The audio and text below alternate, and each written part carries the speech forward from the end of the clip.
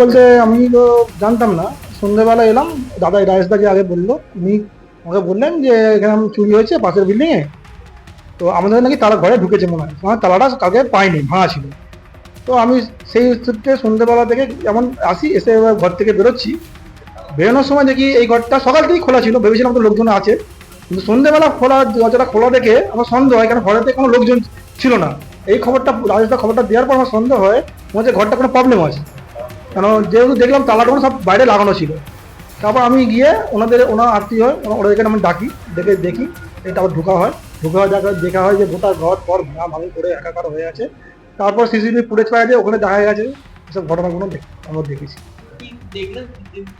এরকম দুটো অজ্ঞাত ব্যক্তি, মানে হাতে সব সব মানে অস্ত্র নিয়ে, রড নিয়ে, পাশের একটা বিল্ডিং এ ওরা ঘর ভাঙে, ঢোকে ভেতরে এবং পালিয়ে যাওয়ার চেষ্টাও করে।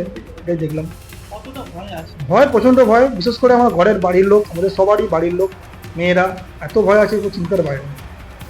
মানে মেয়েদের ভয় তো প্রচুর লাগছে, থাকবে কি করে সেটাই চিন্তা করছে। থানায় কমপ্লেন করা হয়েছে, থানার লোক এসে ভেঙে। আমার নাম কুণাল দাস। আমি যখন কাজ থেকে আসি না, আমাদের মেন গেটে দেখি তালা নেই, ঠিক আছে। তখন আমি ফ্ল্যাটের লোককে ফোন করি যে তালাটা কি হলো। তখন দেখতে এরা বলছে তালা তো আমরা জানি না কি হলো, তাহলে তালাটা কেউ ভেঙে ফেলে দিয়েছে না চোর ঢুকেছিল, পাশে তো চোর ঢুকেছিল। তখন আমি ফোন করেছি, তো আমাকে থার্ড এই ফ্লোর থেকে আমাকে বলছে এটা পাশে ঘরটা খোলা আছে।